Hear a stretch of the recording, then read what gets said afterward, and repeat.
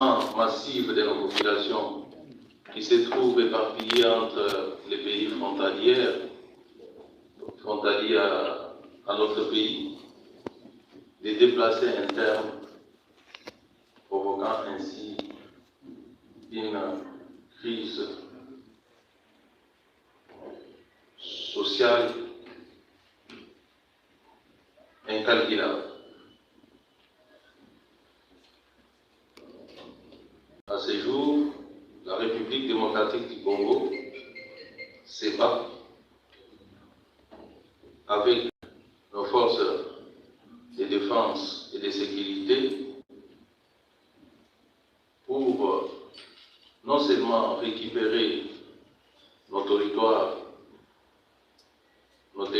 occupés par l'armée rwandaise, mais également établir la paix, la sécurité dans cette partie de la République. Si à l'est du pays, les pays occupés, à cela il faut ajouter les groupes armés qui naissent comme des champignons, toujours soutenus par certaines forces étrangères dans le but d'exploiter nos terres, nos minerais et abuser de notre population.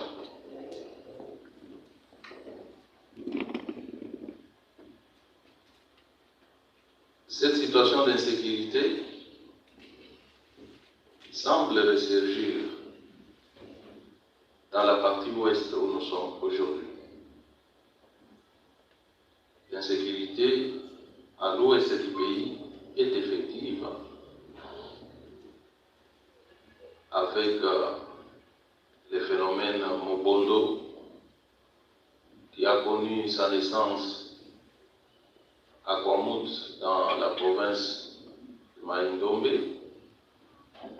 Ce phénomène s'est étendu dans la ville de Kinshasa et particulièrement dans la commune de Maluku. Elle s'est étendue dans le Congo ainsi que dans le Congo central. Je pense que tout le monde sait ce qu'on appelle Mobondo. Ce sont des jeunes gens qui sont initiés, qui pensent qu'ils sont invulnérables à des balles. Ces gens s'attaquent à tout ce qui est symbole de l'État. Ils s'attaquent à nos forces de sécurité et de défense.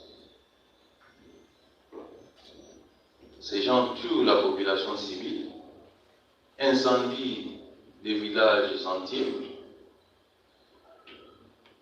Et à la base, il y a un conflit à la fois des terres, mais aussi coutumier. Les renseignements à notre disposition indiquent l'implication de certaines personnalités politiques et notabilités qui entretiennent ces conflits, je vous l'ai dit, qui intoxiquent des populations, qui les incitent à massacrer les autres, croyant ainsi fragiliser les institutions de l'État et saboter l'autorité de l'État. Ces hommes politiques se recrutent dans certains partis politiques qui siègent au Parlement.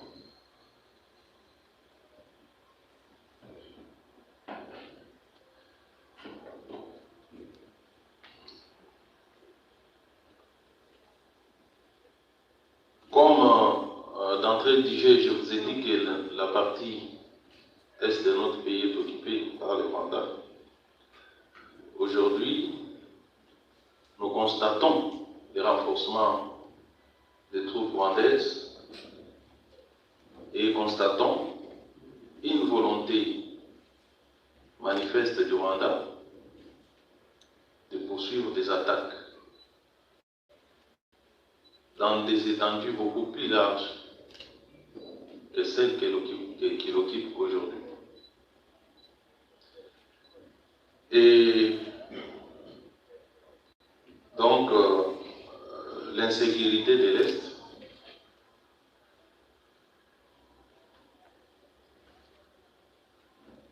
s'étend vers l'Ouest, comme je l'ai dit, avec l'accompagnement des hommes politiques. Je pense que je pourrais revenir dans les détails si jamais vous cherchez à en savoir un peu plus. Mais c'est comme ça que la situation sécuritaire, j'ai oublié de mentionner ce qui se passe dans la province de la Chopo, qui a des ressemblances avec ce qui se passe à Kwamut, puisqu'à l'origine, les gens se disputent des terres, lesquelles terres sont vendues à certains hommes politiques, des grandes étendues de terres vendues à des privés, empêchant ainsi la population qui vit du champ d'exploiter leurs terres. Et cela à dessein pour provoquer la crise que nous sommes en train de connaître. Sur le plan politique,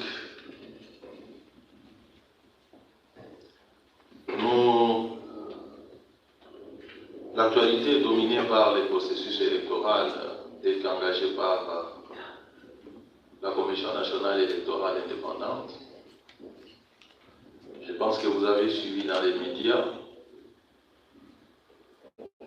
que la CENI était passée me visiter avant-hier pour me déposer cet avant-projet de loi portant adoption de la répartition des sièges par circonscription électorale pour les élections législatives, provinciales, municipales et locales. C'est ça. Tout ça, c'est l'avant-projet que la CENI m'a déposé. Au moment où je vous parle, une réunion gouvernementale est convoquée à des fins de travailler sur ces projets, les transmettre au Parlement. Parce que avant la fin de la session en cours, ceci témoigne la volonté des animateurs de la CENI d'organiser des élections dans les délais de la Constitution. Ici, je tiens à souligner également la volonté du gouvernement de la République à accompagner la Commission électorale nationale indépendante à respecter son calendrier en lui donnant des moyens nécessaires pour que les élections se tiennent à la date et dans de bonnes conditions.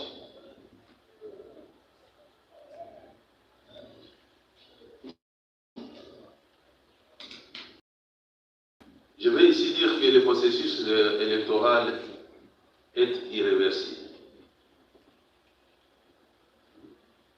Pendant qu'il y a une frange de nos compatriotes pense que le processus va s'arrêter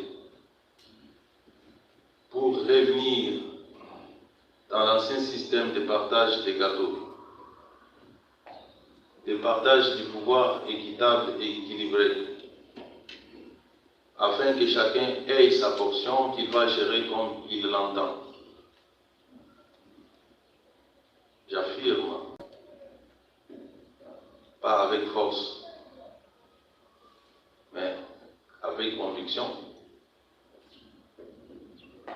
que le gouvernement de la République entend apporter tous les moyens nécessaires pour que ces élections aient lieu, sans passer par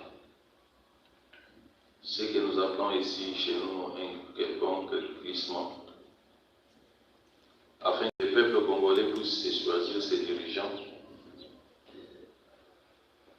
pour que ceux-ci appliquent les projets de société sur base desquels ils vont être élus.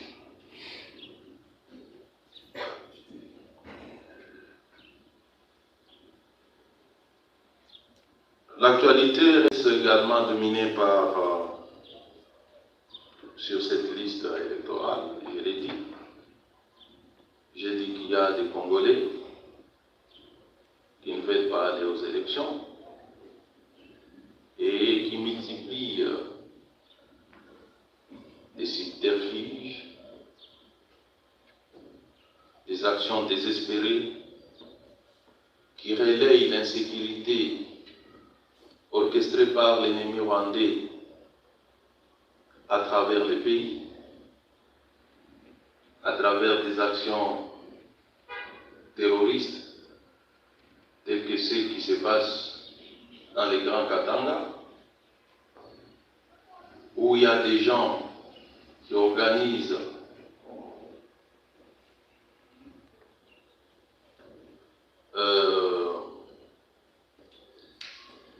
des actions terroristes pour tuer la population, les mettre dans des sacs, les jeter dans les quartiers populaires afin de provoquer la psychose au sein de la population. Et ils ont décidé cette fois-ci d'amener la même pratique à Kinshasa à travers des organisations de manifestations non autorisées dans les vides, de provoquer la violence, des tueries, qu'eux-mêmes orchestrent afin de mettre sur les dos du gouvernement de la République.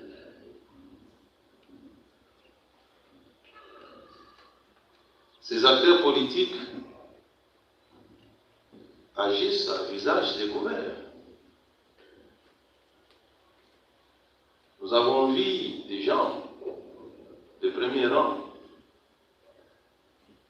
appeler au tribalisme, aux tueries, avant même que les manifestations ne se tiennent. Des hauts responsables de ces partis politiques de l'opposition ont tenu des réunions au cours desquelles ils ont mis en place des stratégies partant des recrutements des jeunes désœuvrés, moyennant de l'argent, les droguant, leur donnant des machettes, c'est-à-dire des armes blanches, leur indiquant des cibles, notamment les stations d'essence, les habitations de certaines personnalités faisant partie de la majorité au pouvoir. Et comme si tout cela, ce qu'ils ont fait en secret ne suffisait pas, ils ont délégué certains de leurs qui sont passés dans les médias et l'ont dit haut et fort. Vous avez des images.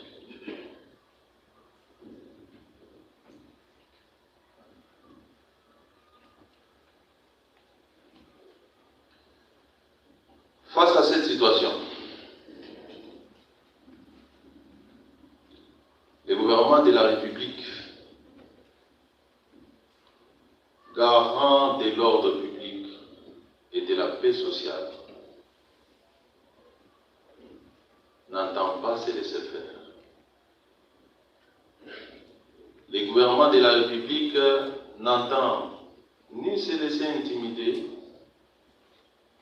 ni se laisser faire du chantage que nous voyons ces derniers jours.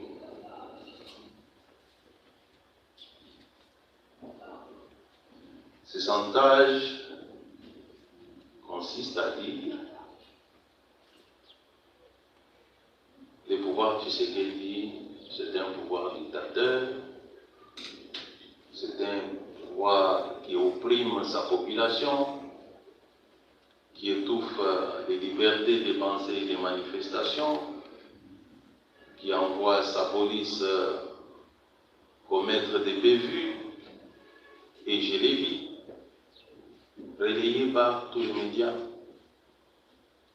même les plus respectueux, en boucle.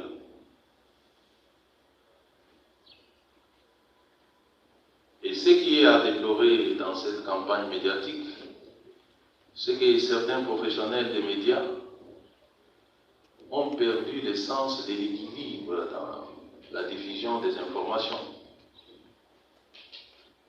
Ils nous ont montré que les bévues du reste condamnable commises par certains éléments de la police, c'est le cas de ce jeune homme de 12 ans que j'ai été visiter avec les chefs de l'État, lequel jeune homme a été vu sur la scène de violence comme acteur.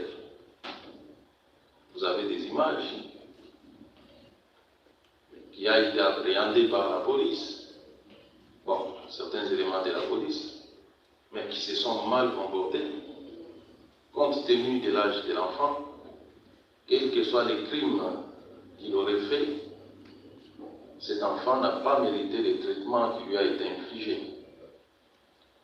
L'ordre a été immédiatement donné pour que les auteurs de ces forfaits soient arrêtés et déférés devant la justice, ce qui est fait. Et les images existent. Les médias, certains médias, tendancieux au pays, comme en international, n'ont pas relevé cet aspect des choses que le gouvernement de la République a condamné le comportement de ces éléments de la police. Mais on a montré que le côté négatif, non seulement que le chef de l'État a rendu visite à ce jeune homme, qu'il a eu à réconforter avec sa famille, mais il a également été visiter les éléments de la police, blessés grièvement. Ces médias-là n'en ont pas fait état, puisque cela va contredire des contre-vérités qu'ils ont débitées en boucle sur leur chaîne. C'est vrai qu'il y a eu violence. C'est vrai qu'on a violenté certains manifestants. Mais c'est aussi vrai que les manifestants ont violenté les forces de l'ordre. Sans vouloir défendre la violence d'où qu'elle vienne, je tiens ici à rappeler que la République démocratique du Congo n'est pas le seul pays au monde où les éléments de forces de sécurité ont eu à se mécomporter. On a vu ça en France. Les vidéos existent où les forces de l'ordre se sont attaquées violemment à des populations passives qui étaient là, qui ne bougeaient même pas. Les images existent. Contrairement à la population qui a manifesté ces jours-là, qui étaient des jeunes recrutés, drogués, armés en machette, qui s'attaquaient à la police. On a vu des gens qui, debout devant je ne sais quoi, Et les forces des policiers sont allés les matraquer. Aux États-Unis, on tue des citoyens américains par certains policiers. On tue, je dis bien on tue, on étrangle volontairement et on tue, on donne la mort. Jamais on a cherché à mettre tout cela sur les dos des gouvernements de ces pays. Jamais, mais alors jamais. On parle des cas isolés, on singularise les comportements de ces agents-là. Mais en République démocratique du Congo, lorsque quelques éléments de la police se méconduisent, on dit que c'est l'État congolais. On qualifie l'État congolais de l'État voyou. Et l'État qui ne respecte pas la démocratie. De l'État qui ne respecte pas les droits de l'homme. L'État. Ailleurs, on singularise et on parle des agents indisciplinés. Chez nous, c'est l'État. On accable les chefs de l'État, on accable ses ministres, on accable ses collaborateurs comme si ce sont eux qui sont descendus sur le terrain pour dire à la police maintenant, attaquez-vous à des citoyens. Je tiens à dénoncer cette façon de traiter de manière impartiale les informations.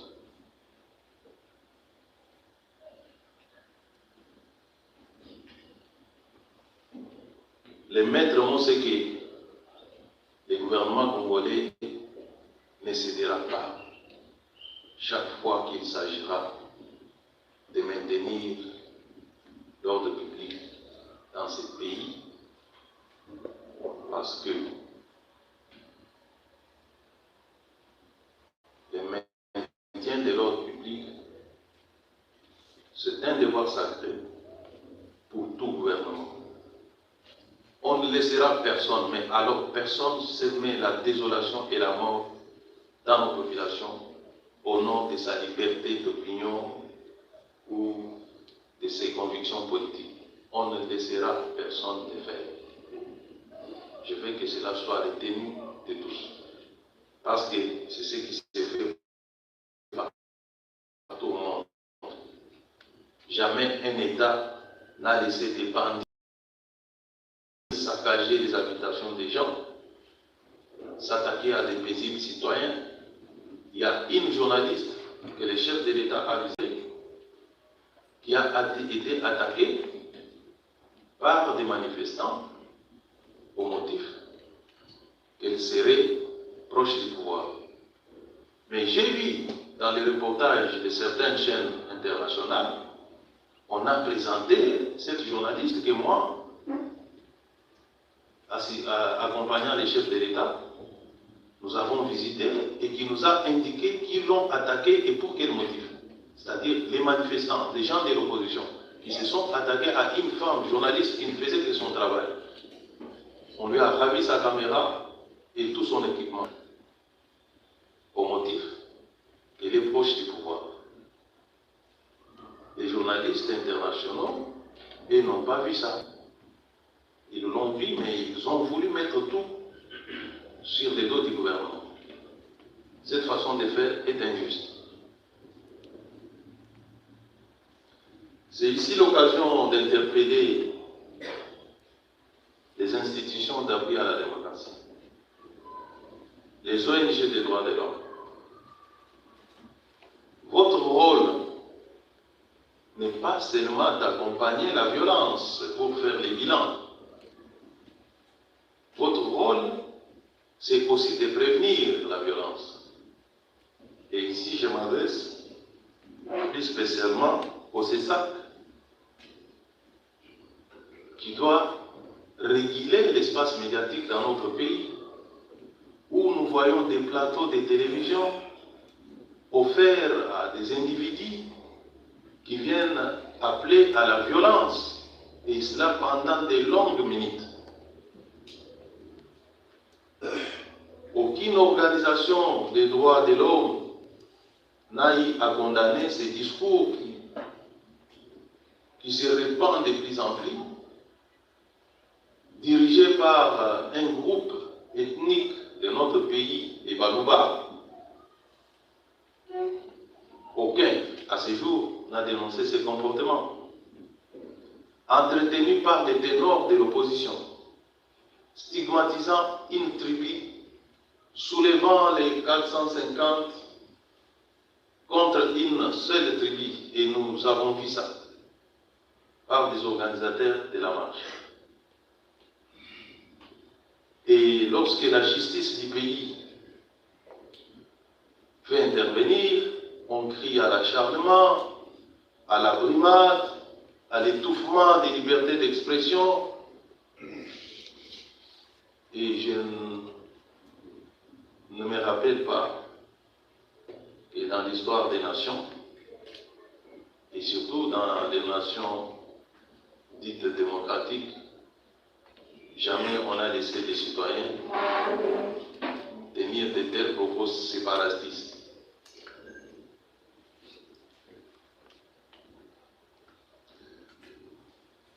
J'en appelle également à la Commission nationale des droits de l'homme, qui doit aussi jouer des rôles de prévention à travers l'éducation des masses. Dans cette masse, il y a aussi des politiciens que nous sommes. Nous devons apprendre à respecter l'autorité établie. La liberté de marcher est garantie par la Constitution. Je m'opposerai toujours à toute tentative d'empêcher des gens, des citoyens congolais, à manifester leurs opinions. Mais ces manifestations doivent répondre aux exigences de la loi, c'est-à-dire qu'elles doivent être encadrées par les pouvoirs publics. Et lorsque le pouvoir public dit « vous allez marcher sur tel itinéraire », les opposants disent « nous allons aller sur un autre itinéraire ». Ils recrutent les gens, les jeunes drogués, ils les envoient s'attaquer aux éléments de la police commis à la sécurisation des manifestations.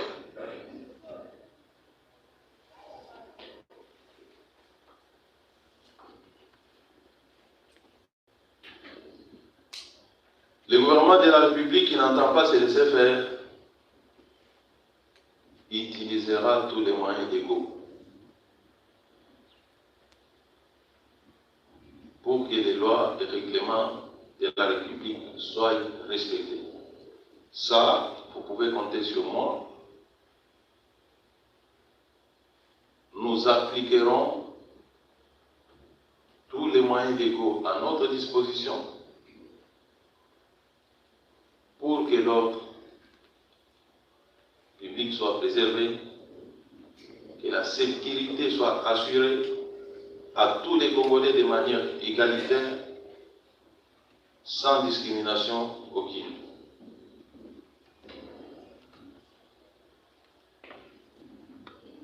Voilà, mesdames et messieurs de la presse, quelques points que j'ai voulu partager avec vous et me soumets à votre disposition pour quelques réponses, pour quelques questions, pour me permettre de rejoindre l'équipe gouvernementale qui travaille sur les projets de loi sur la répartition des sièges. Je vous remercie pour votre attention. Nous disons merci.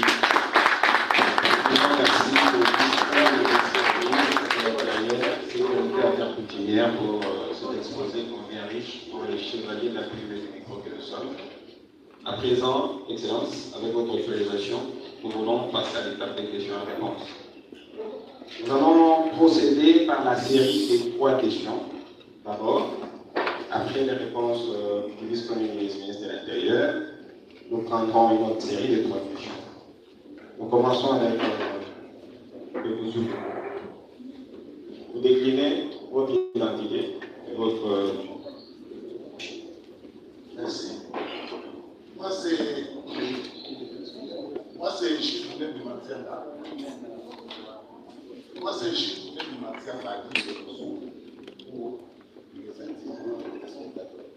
Le service Premier ministre en charge de l'intérieur et des sécurités. Moi, j'avais des émissions en lingala. J'aimerais poser les 3 petites questions en lingala, si vous me l'autorisez. Une question. J'en ai 3, monsieur, c'est l'actualité. Voilà, Yanni Bosso. Monsieur Peter Kaza, d'excellence. Lelo autour de Kambuya, actualité. Actualité pour la Mikolo est dominée à l'activité de son monde dans la ville province à Kinshasa. Première question. Est-ce que c'est nécessaire que le gouverneur a fait à Kinshasa à prendre des actes dans 3 activités dans le jour? Moi, j'ai eu peur d'envoyer mes enfants à l'école. Est-ce que c'est nécessaire? Ça, c'est de 1. De 2. Moïse Katumbi, à le Congo central, gouverneur Mbadou Aboyi. Bakaniye na Kassangou. Lobby sitting, il y a opposition devant siège à Seni.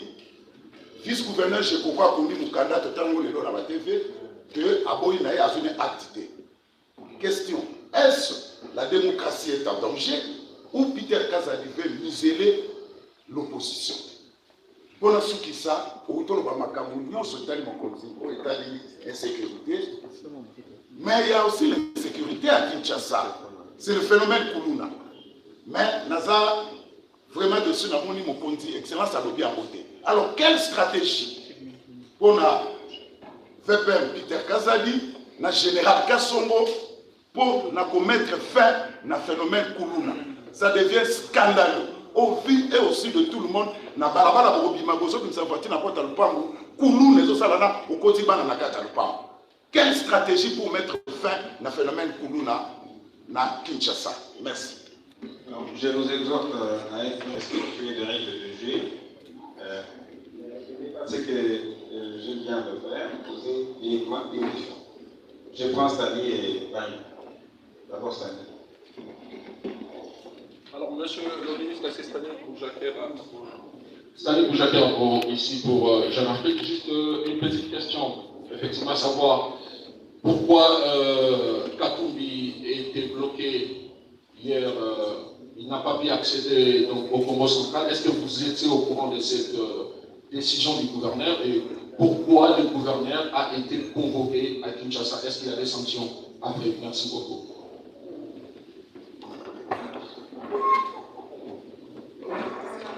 C'est Barry Bouema, Radio Top Congo FM. Une seule question. Monsieur le ministre, vous avez dit que l'insécurité s'étend de l'Est vers l'Ouest avec l'accompagnement des hommes politiques. Vous êtes vice-premier ministre en charge de l'Intérieur, mais vous êtes surtout au cadre de l'UDPS. Au sein de votre parti, vous avez une structure qu'on appelle Force du Progrès, à la base de beaucoup d'exactions ici à Kinshasa. Qu'est-ce que vous comptez faire pour mettre fin aux activités de cette Force du Progrès dans les pays? Merci. Nous accordons la parole au vice-premier ministre de l'Intérieur pour cette première série. Après, nous prendrons les 3 autres questions. Excellence.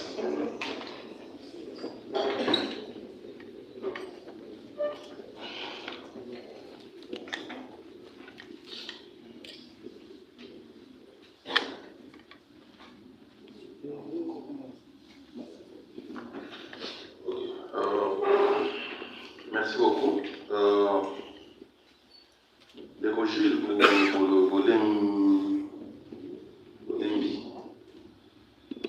merci pour votre question.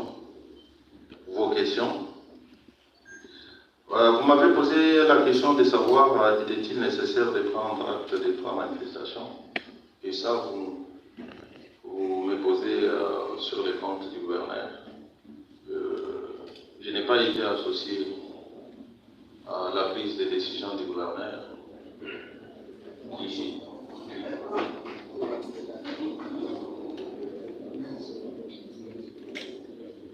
qui gère la province conformément aux lois du pays et surtout la loi portant l'autonomie, je pense, de la gestion des provinces. Et je crois que c'est aussi par rapport avec les indications du Conseil de sécurité qui préside. Je vais parler du Conseil de sécurité provincial.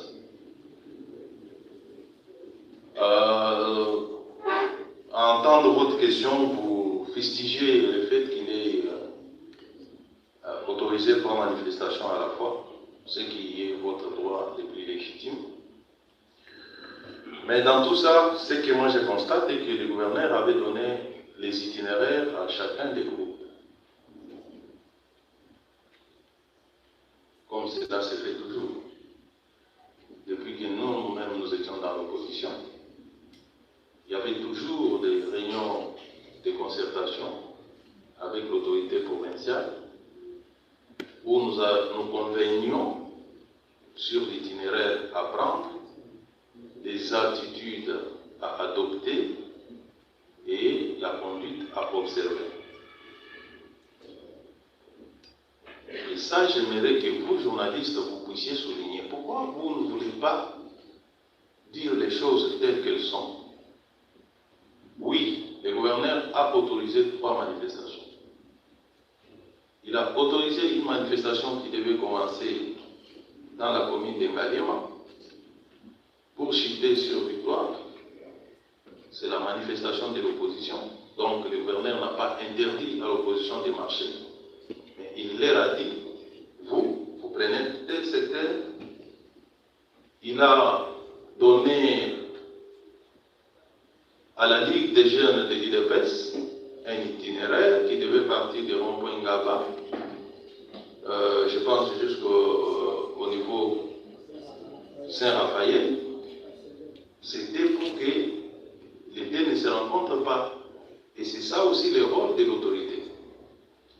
Il a accordé l'autorisation, là il s'agissait d'un rassemblement, ce n'était pas une marche, à Massina, loin de Ngaliema, où l'opposition devait faire sa marche.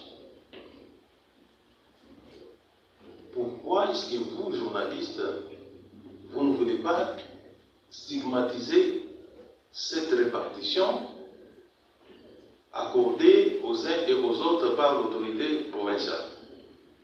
Pourquoi vous voulez accréditer les comportements inciviques des opposants qui ont refusé d'obtempérer à ce qu'ils ont convenu avec les gouverneurs pour aller dans une zone où ils n'ont pas été autorisés? Pourquoi vous faites ça? Vous le faites dans quel intérêt? Est-ce que si chacun avait observé sa ligne, on aurait connu ces affrontements? Moi je pense non. Moi je dis plutôt le gouverneur était intelligent, démocrate, puisque s'il avait refusé aux uns et accordé aux autres, on allait dire que voilà, il a privilégié tel au détriment de tel. Il a dit ok, vous voulez marcher? Rappelez-vous, avant cette marche, il y a eu une marche qui était projetée, je pense, le 13. Au cours de cette réunion, le gouverneur a fait état de ce qu'il y avait 3 marches programmées le même jour sur les mêmes itinéraires. Il a voulu les partager en proposant à l'opposition de manifester les 18 pour laisser la date du 20 aux autres organisations politiques. Ça, vous ne voulez pas les dire. Et c'est l'opposition elle-même, sans concertation avec le gouverneur, qui va annoncer que sa marche sera aussi le 20. Il faut dire ça à l'opinion.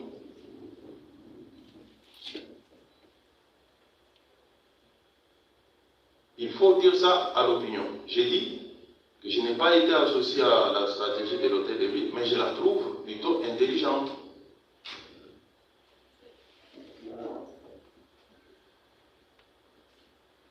On a empêché Moïse Katumbi d'aller au Congo central. Peter Kazadi veut museler la démocratie. Voilà les langages. Quand ça se passe en France, on ne cite aucune autorité. Quand ça se passe aux États-Unis, où on étrangle des citoyens par des policiers, on ne cite aucun responsable. Mais quand ça se passe au Congo, dans le Congo central, on cherche Peter Kazadi à Kinshasa. C'est ça les Congos et les Congolais. Il faut toujours trouver des gens à accuser, des autorités et des autorités à pourfendre. Monsieur Gilles Boulembi, je tiens à vous parler ma main sur le cœur, que je suis un produit d'une longue lutte démocratique. J'ai subi des brimades, des privations,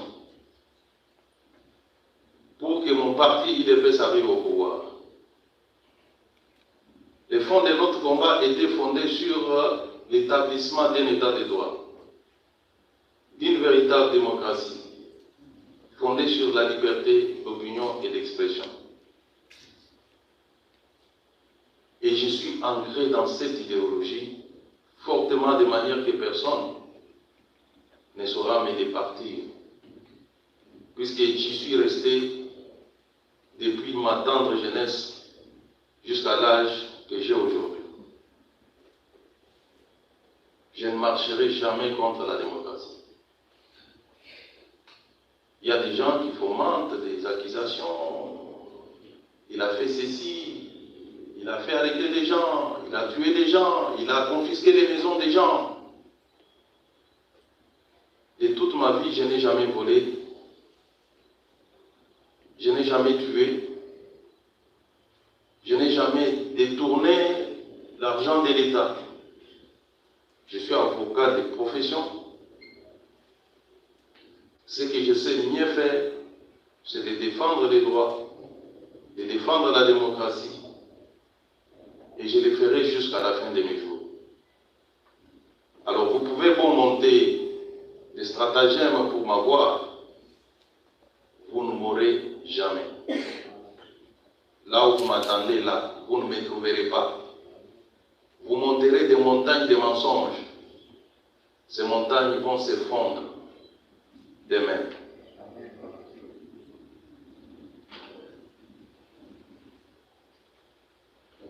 Je vais vous dire que je ne suis pas venu à la tête de ce ministère pour miser ni l'opposition ni la démocratie. Mais je peux vous dire avec conviction que je suis là pour restaurer l'autorité de l'État, longtemps bafouée, rétablir l'ordre et la discipline dans la société. Ça, je le ferai parce que c'est la Constitution qui me l'autorise. Si pour vous, appliquer strictement la loi est un crime, là j'accepterai d'aller dans la prison que vous allez me construire pour avoir appliqué les lois et règlements du pays.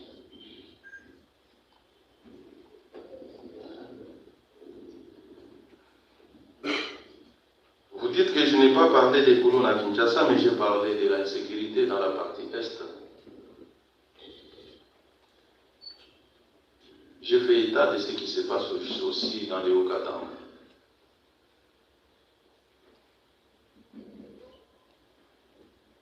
Le phénomène Mobondo aujourd'hui est aussi infiltré par des colons. Il y a une stratégie qui est mise en place que je ne saurais pas vous dire ici malheureusement. Mais si vous observez un peu avec plus de la hauteur et de neutralité, vous verrez que dans certains coins, le phénomène Koulouna a diminué. Je ne dis pas que c'est fini, je dis que le phénomène a diminué.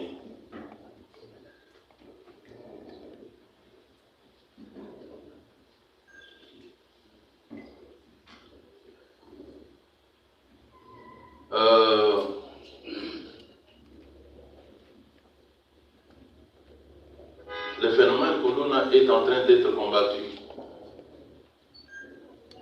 Nous avons tout simplement choisi de ne pas utiliser les anciennes méthodes. Dans 2 mois, vous allez sentir un grand changement en ce qui concerne les phénomènes de comètes. Pas plus qu'avant-hier, j'ai été à Makala. Je ne sais pas si vous êtes au courant, sinon vous l'aurez publié dans votre émission. J'étais au plus fond de Makala où les populations avaient vidé des maisons. Avant ça, j'étais à Kisenso où les populations avaient abandonné leurs maisons. Vous pouvez faire un tour là-bas aujourd'hui, vous trouverez les populations qui ont regagné leurs maisons et la paix et la sécurité règnent. Le mal est énorme. Nous n'allons pas l'éradiquer en un seul jour. Nous travaillons petit à petit et je vous promets des résultats très bientôt. Monsieur Stani Boujakira Boujakera,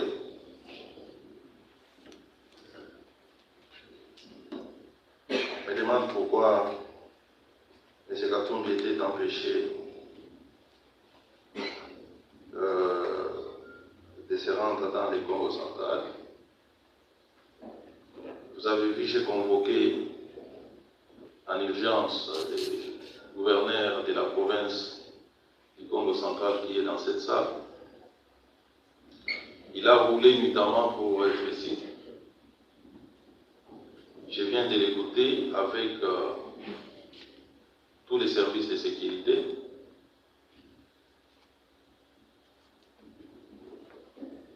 Il nous a expliqué,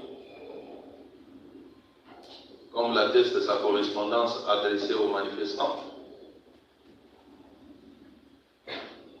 il m'a laissé entendre que,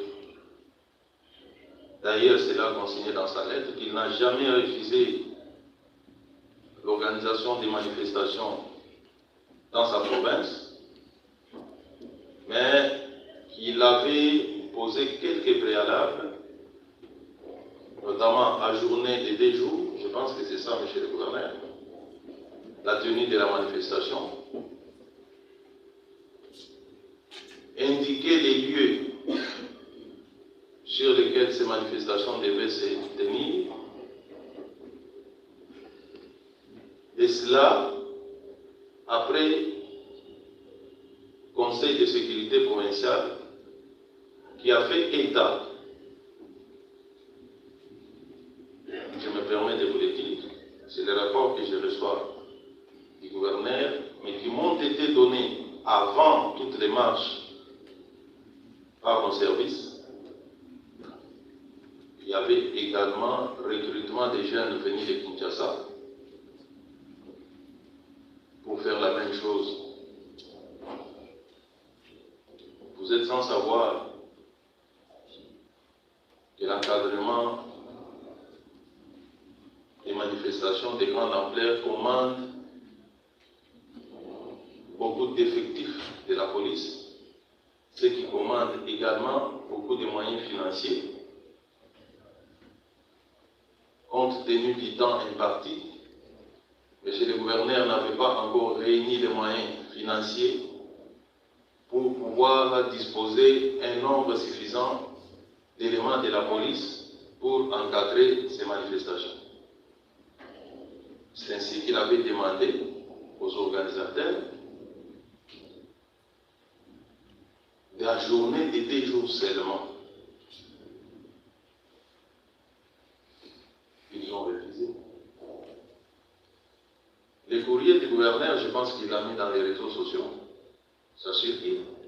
Pourquoi est-ce que vous refusez d'exploiter ça? Pourquoi ce que le pouvoir dit est ignoré superbement pour ne créditer que la thèse de l'opposition? Pourquoi? Nous savons que l'opposition en face de nous a beaucoup de moyens. Nous savions comment il y a des journalistes qui sont payés mensuellement.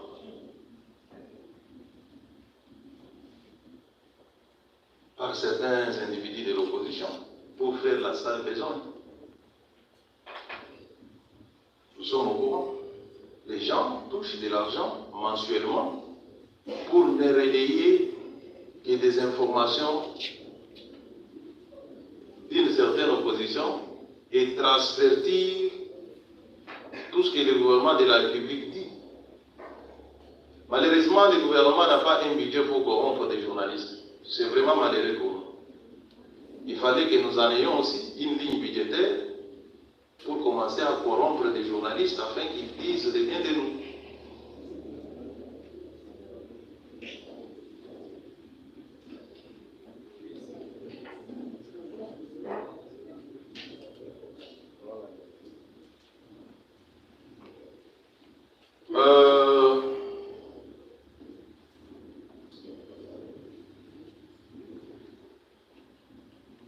On a parlé des forces du progrès par Patrick Boéman. Mes chers amis de la presse, je suis natif de l'IDPS. Quand je dis je suis natif de l'IDPS, c'est-à-dire que depuis mon jeune âge, je n'ai pas connu de parti politique. J'ai grandi au sein de l'IDPS. Je connais la mentalité des membres de l'IDPS. Le phénomène force du progrès aujourd'hui, ce n'est pas les mêmes qu'Étienne Tshisekedi avait béni. Tout le monde se constitue aujourd'hui en membre des forces du progrès. Tous les chégués, tous les gens qui étaient membres du PPRD, qui étaient sur le boulevard du 30 juin, aujourd'hui, si vous passez, ils sont devenus forces du progrès. Ce que j'ai dit est vérifiable.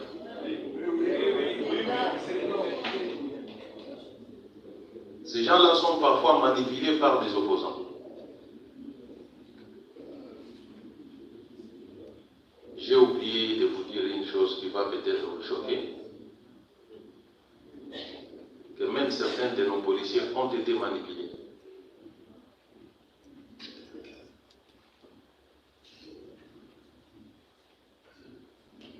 Alors, lorsqu'on manipule des jeunes gens comme ça, ils commettent des exactions. Ceux qui arrachaient les téléphones des gens en ville à l'époque, aujourd'hui, ils sont revêtus de l'étiquette des forces du progrès. Mais ce que vous devez savoir, dès que l'IDPS est un parti organisé, l'IDPS a une direction politique, l'IDPS a ses structures. Lorsque la Ligue des jeunes de l'IDPS a voulu marcher, elle s'est adressée à l'autorité urbaine, elle a marché, elle a des responsables qui sont connus. Si des bandits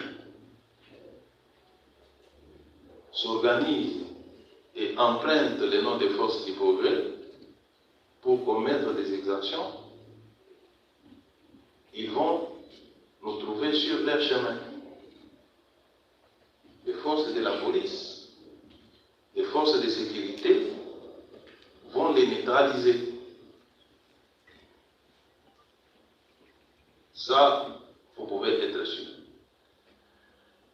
Je crois avoir répondu à cette série de 3 questions. S'il y en a 3 encore, on va s'arrêter là parce que je suis entendu, vous avez vu les gens m'essouffler. On m'attend pour défendre la loi ici à côté de moi. Merci. Alors, vous avez suivi, je vais expliquer votre intelligence. J'ai pu identifier Moldova, Tadé Joël Nanga, Paul Matteo, la radio Okapi.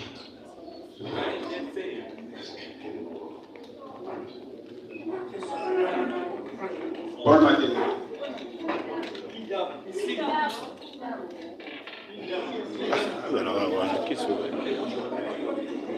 Merci beaucoup, monsieur le VPN.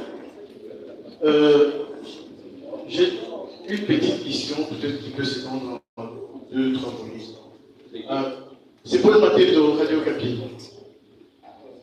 Il y a bien longtemps, au sujet de Mobondo, le cardinal Frédéric Ambongo avait alerté l'opinion et même les autorités disant que si rien n'est fait, les Mobondo vont arriver à Kinshasa.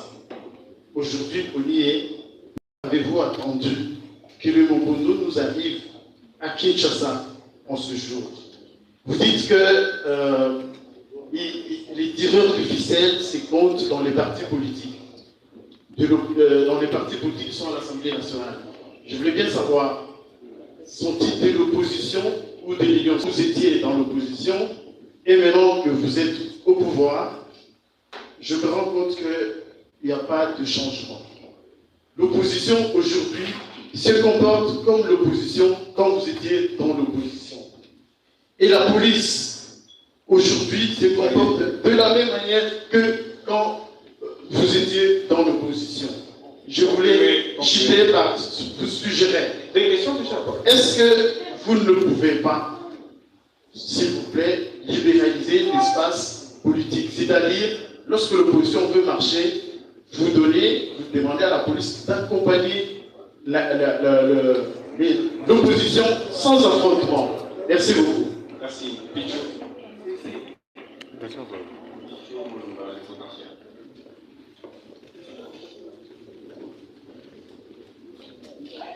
Merci beaucoup.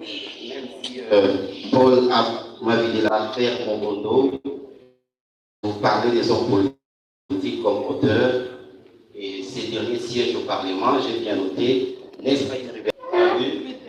Excellent. La parole, c'est Joël Gadendanga, du journal Impact News. Excellence, je reviens sur la question de mes deux prédécesseurs. Nous sommes habitués, le président de l'Assemblée nationale, la dernière fois, dit quitter les groupes armés, s'adressant aux députés, sans les citer. Pourquoi nous avons cette phobie à garder les criminels dans le secret, alors que vous pouvez les identifier et que chacun fasse un arôme sur eux? Si je peux maintenant poser ma propre question, qu'est-ce qui a été déjà entrepris jusqu'ici pour faire ça au Congo? Parce que dans l'Équateur n'a été marqué que par l'armée. Et le phénomène comme il Sapo, s'il n'y avait pas eu l'armée, il se serait porté jusqu'ici à Kinshasa. Alors qu'est-ce qui est entrepris entre-temps pour faire face à ça? Parce que vous avez dit que certains politiciens recrutent même les Koulouna pour les intégrer dans ces phénomènes. Merci. Merci beaucoup. J'espère que c'est terminé. C'est terminé. Vite là. Excellence, avec votre autorisation, on peut prendre Madame. S'agissant d'une dame,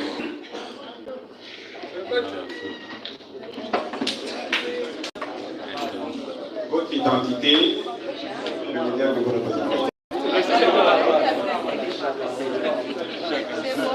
Oui, d'abord. Moi, je suis capitaine Kazali, Marco Langue de la télévision. Mon tour dans la région de Lingala. Marco Langue, la syndicaliste de tous les journalistes. Mon tour dans la région de Lingala. Là, pour tout, là, il y a force de problème, bazaba ancien, il y a fait perdre, ancien, il y a boulevard. Mais au cas où moi, question Sondi, tout le monde dit qu'ils sont des awa. La ligne la moni peut avant, si je ne me trompe pas de temps, on va travailler dans le cabinet. Et ça, la réunion sacrée, autre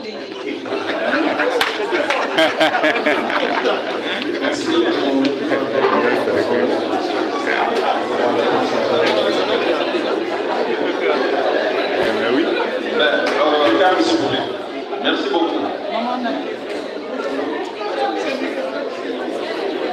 Monsieur Paul Matengo,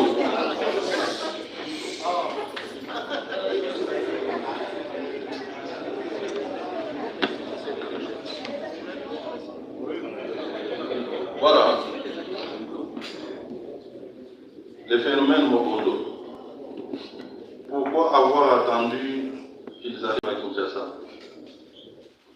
Et le cardinal l'avait prédit.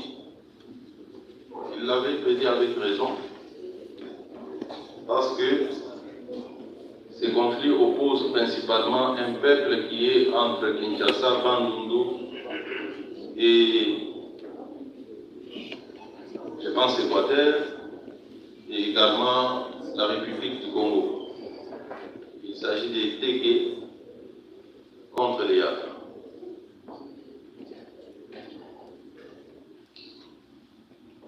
Si j'avais beaucoup de temps, j'allais vous donner la genèse de ce conflit, mais brièvement, je vais vous dire qu'il s'agit d'un conflit d'abord de terre. Les Yaka et les Téké ont vécu pendant des années en symbiose, sans problème aucun entre eux. Ils se sont mariés, ils ont eu des enfants, ils ont fondé des familles. Puis surgit des politiciens qui commencent à acheter des terres. Vous le savez que les Téké sont minoritaires et ils ont des étendues de terres inoccupées. Les Yaka sont nombreux. C'est un peuple dynamique, entrepreneur. Ils ont eu à se taper des étendues de terre sur les sols Téké, où ils font des champs, l'élevage, tout ça. Donc, ils vivent de leurs activités champêtres. Et en contrepartie, ils payent au Téké des redevances coutumières. Ça, c'est depuis des années. Mais quand une certaine race de politiciens est arrivée, cette race a pensé, après avoir pillé l'État, avec toute la richesse amassée, qu'ils pouvaient s'acheter des républiques. Ils sont allés voir les chefs Téké. Ils leur ont donné de l'argent. Les chefs ont cédé des milliers d'hectares à des individus, y compris là où les Yaka ont leurs champs.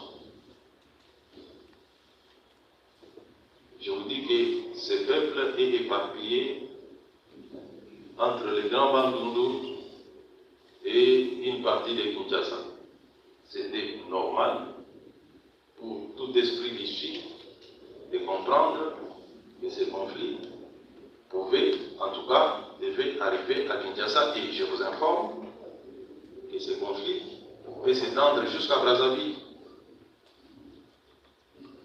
Vous devez m'avoir vu dernièrement à Brazzaville, où j'ai été visiter la reine Téké, où on a dit que j'étais allé faire chercher des fétiches. J'étais allé visiter la reine Téké, la maman que vous avez vue en rouge. C'est elle, la mère des rois, Téké. J'étais allé au sujet du conflit que nous déplorons aujourd'hui. Qu'est-ce qu'il y a à craindre? Puisque les Téké sont... Vous savez que les Téké de Brazzaville, quand ils sont malades, ils vont se soigner à Kwamout. Ce sont des frères.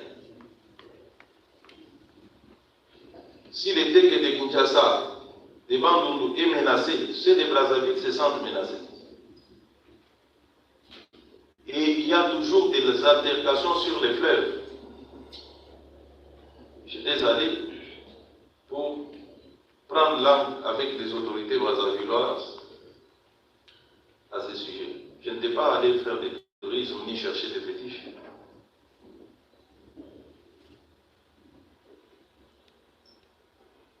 Dans sa première approche, nous avons eu des informations qu'il s'agissait des gens venus d'ailleurs, qui voulaient infiltrer Kinshasa, tout ça, les journalistes ont écrit. Mais après l'enquête, nous avons trouvé qu'il s'agissait des peuples congolais qui se battent entre eux. ça, quelle attitude il fallait prendre? Le gouvernement de la République a privilégié les dialogues. Nous sommes africains, nous sommes congolais. Nous avons des systèmes de palabres. Une commission comprenant des chefs coutumiers et des communautaires a été mise en place pour essayer d'instaurer les dialogues afin de ramener la paix. C'est pendant ce temps que les politiciens s'activent à saboter la mission de paix, incitant les uns et les autres à boycotter la commission et à multiplier les tueries.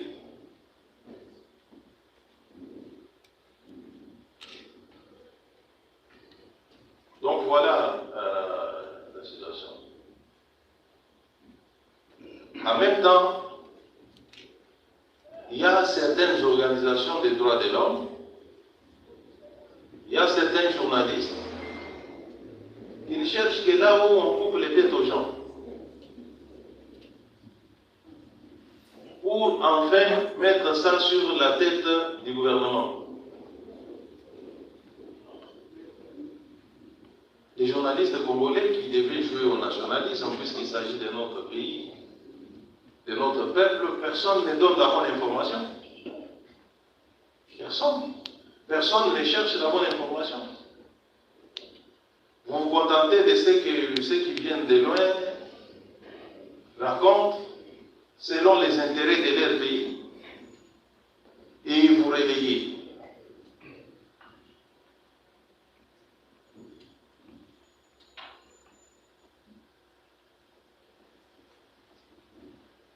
Est-ce qu'avant IDPS au pouvoir égale à IDPS au pouvoir? J'ai dit non. Mon cher ami Paul, vous ne pouvez pas dire ça. Lorsque l'IDPS était dans l'opposition, la police et l'armée tiraient à balles réelles. Avez-vous oublié la mort de Mukendi, de Kapangala, tué à bout portant? Avez-vous oublié les massacres de l'aéroport où on a tué sur les combattants de l'IDPS venus accueillir leur leader à bout portant? Pouvez-vous aujourd'hui me citer une seule manifestation sous le pouvoir de Félix Tshisekedi où notre police a tiré sur des manifestants à balles réelles? Ce que nous déplorons aujourd'hui, ce sont des bastonnades. Ce sont, bien que violents, c'est quand même des armes non létales. C'est quand même un changement qu'il faut souligner. Vous ne pouvez pas dire que c'est la même chose, non? Bien sûr, nous ne sommes pas d'accord avec ces violences administrées sur les manifestants, je l'ai dit. Mais dire que l'IDPS dans l'opposition égale à l'IDPS au pouvoir, c'est faux. Archi faux. Donc tout ça, puisque vous faites des analyses émotionnelles, vous ne prenez pas le temps d'examiner les choses dans sa globalité. Puisque vous avez entendu une chaîne internationale donner une opinion, allez, vous prenez ça, ça devient une vérité évangélique.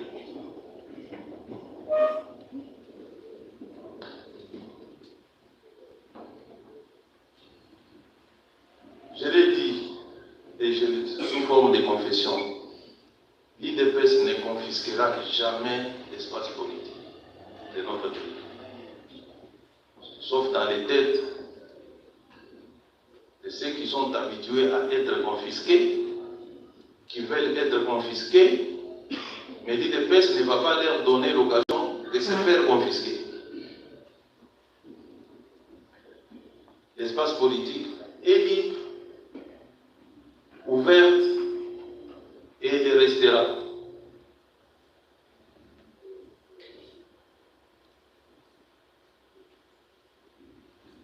Mon cher Pitou, je ne suis pas autorisé à citer les noms de ces politiciens. Vous avez cité le cas du président Bosso qui demandait aux gens de quitter les groupes armés avec le temps. Je pense que vous devez connaître quelques-uns des personnes auxquelles il faisait allusion. Aujourd'hui, ils sont en prison.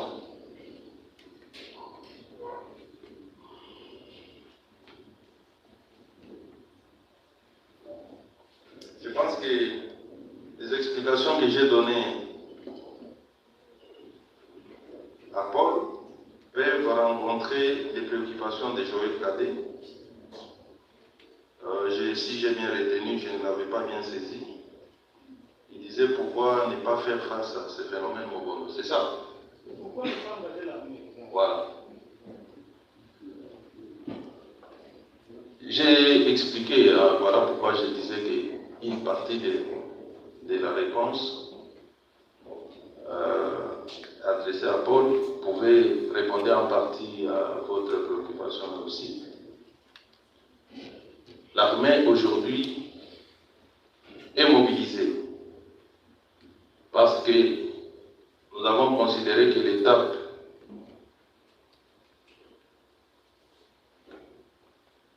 de négociation est révolue.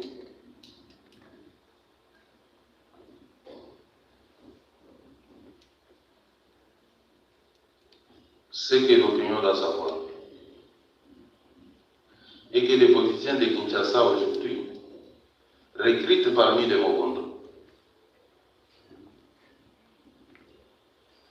pour mener des actions de grande ampleur. Les Mobondo, ce sont des citoyens comme nous, mais ce sont des gens en qui on a mis des idées qu'ils sont invulnérables aux armes.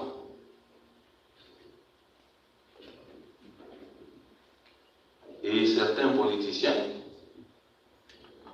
se sont payés le luxe d'aller les recruter pour qu'ils participent à leurs manifestations.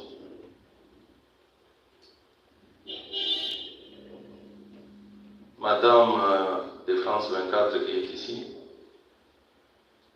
votre nom m'échappe, Aurélie. J'aimerais que vous puissiez passer sur France 24 les images sur les petits enfants que la police a maltraités. Non pas dans son lit où il est hospitalisé, mais lorsqu'il était sur les champs des opérations.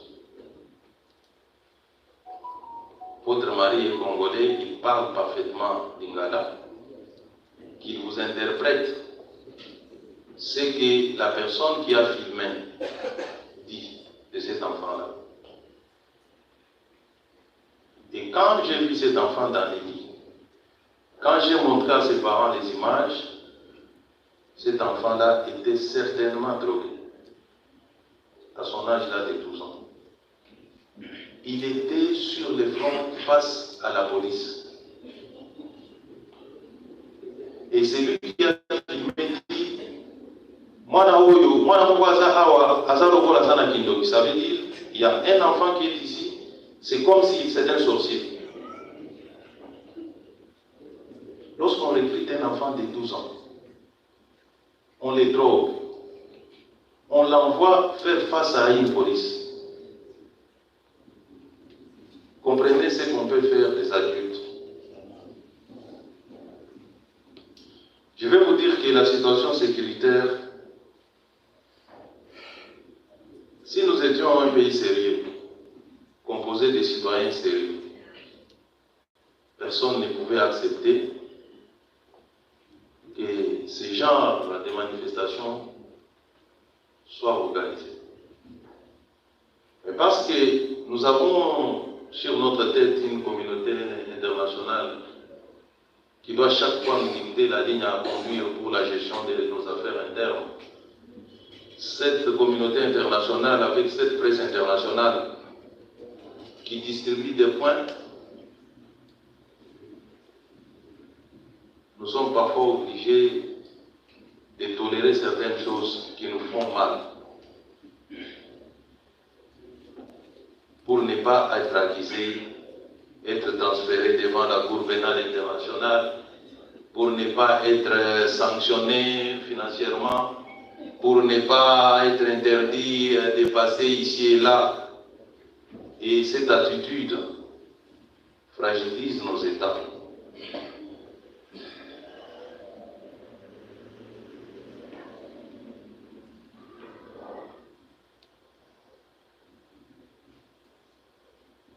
J'en appelle donc à la conscience nationale, à un sursaut patriotique, que nous soyons du pouvoir ou de l'opposition.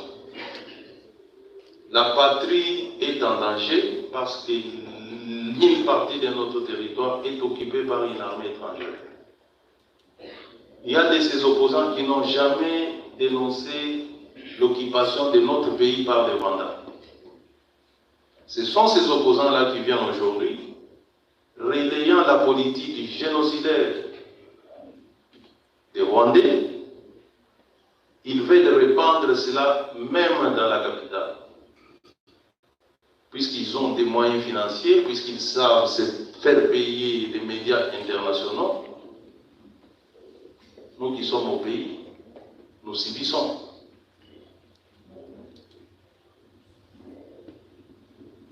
Peuple congolais, dans le respect de nos convictions respectives, nos convictions politiques, religieuses, restons unis autour de la nation. Nous n'avons que ce pays, on n'en a pas deux. Nous pouvons discuter, nous pouvons nous chamailler sur les approches à prendre, mais nous n'avons pas le droit de semer des discordes entre nous. Nous n'avons pas le droit de faire la propagande du tribalisme. Nous n'avons pas le droit de faire l'apologie du séparatisme. Joseph Kasavubu est mort.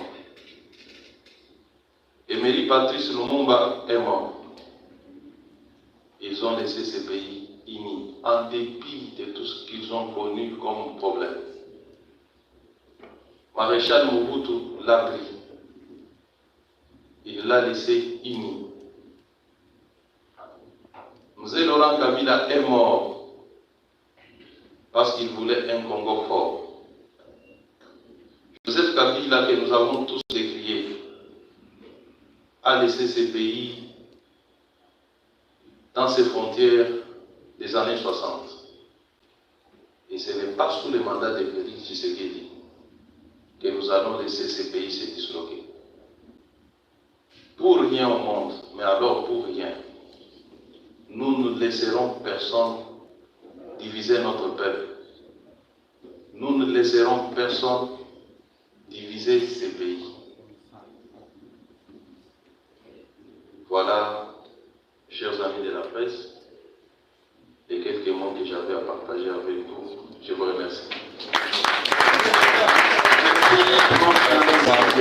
Merci infiniment à l'autorité, au vice-premier ministre de l'Intérieur, sécurité à la coutumière, d'avoir accepté de répondre aux questions des journalistes.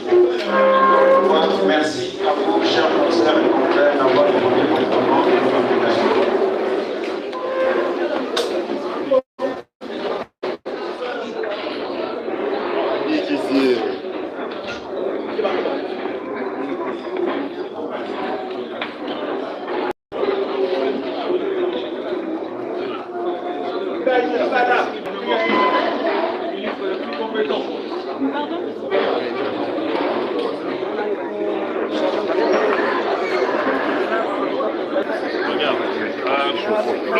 Flo.